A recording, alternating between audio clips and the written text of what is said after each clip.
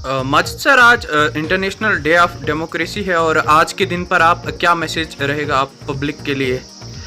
India जो है वो एक लार्जेस्ट डेमोक्रेटिक कंट्री है वर्ल्ड की।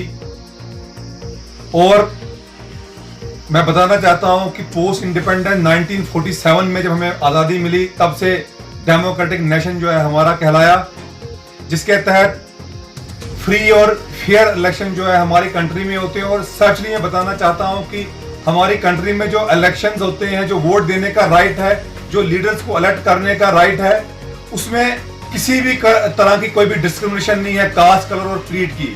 Without any caste, colour and creed हम वोट दे सकते हैं और अपने जो लीडर को है जो चुन सकते हैं। अगर इस साल के थीम की बात की जाए इंटरनेशनल डे ऑफ डेमोक्रेसी पे, तो वो है कोविड-19 the spotlight on the democracy.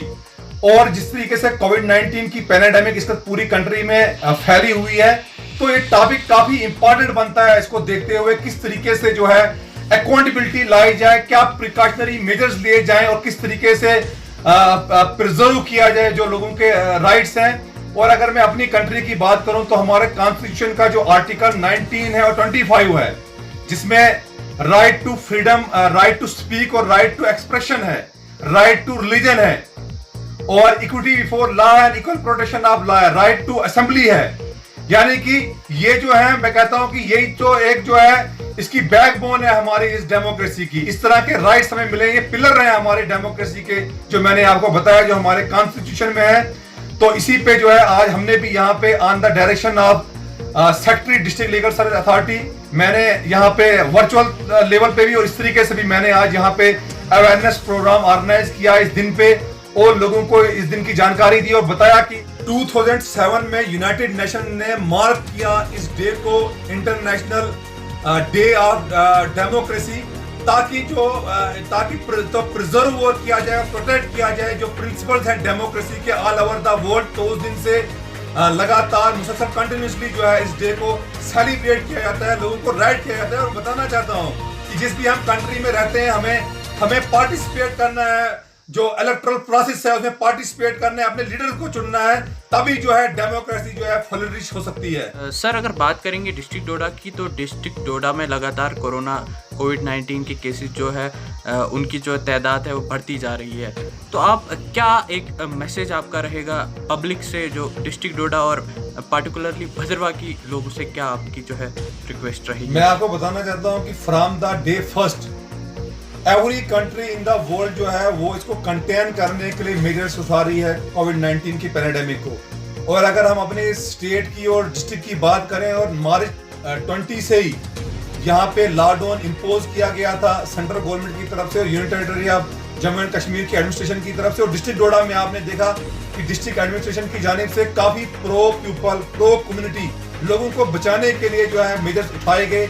Tunnel भी बनाया गया था असर में, जिससे काफी जो है यहाँ पे हम लोग बचे रहे, लोगों ने फॉलो भी किया।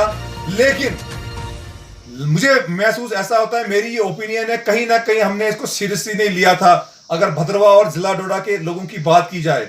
लेकिन अब जिस तरीके से हम देख रहे हैं कि ये पैंडेमिक किस तरीके से फैल रही है, और जो ऑर्डर्स मैंने कुछ दिनों में देखे, जो डिस्ट्रिक्ट एडमिनिस्ट्रेशन की तरफ से ऑर्डर जो निकाले जा रहे हैं, जिसमें लोगों को बाहर आने से, जो 60 जिनकी ईयर्स एज है उनको बाहर वेंचर होने से जो है कहा कि वो घरों में रहें, और भी काफी कंटेनमेंटेड जोन जो है यहाँ पे डिक्लेयर किए गए हैं डिस्ट्रिक्ट डोडा में।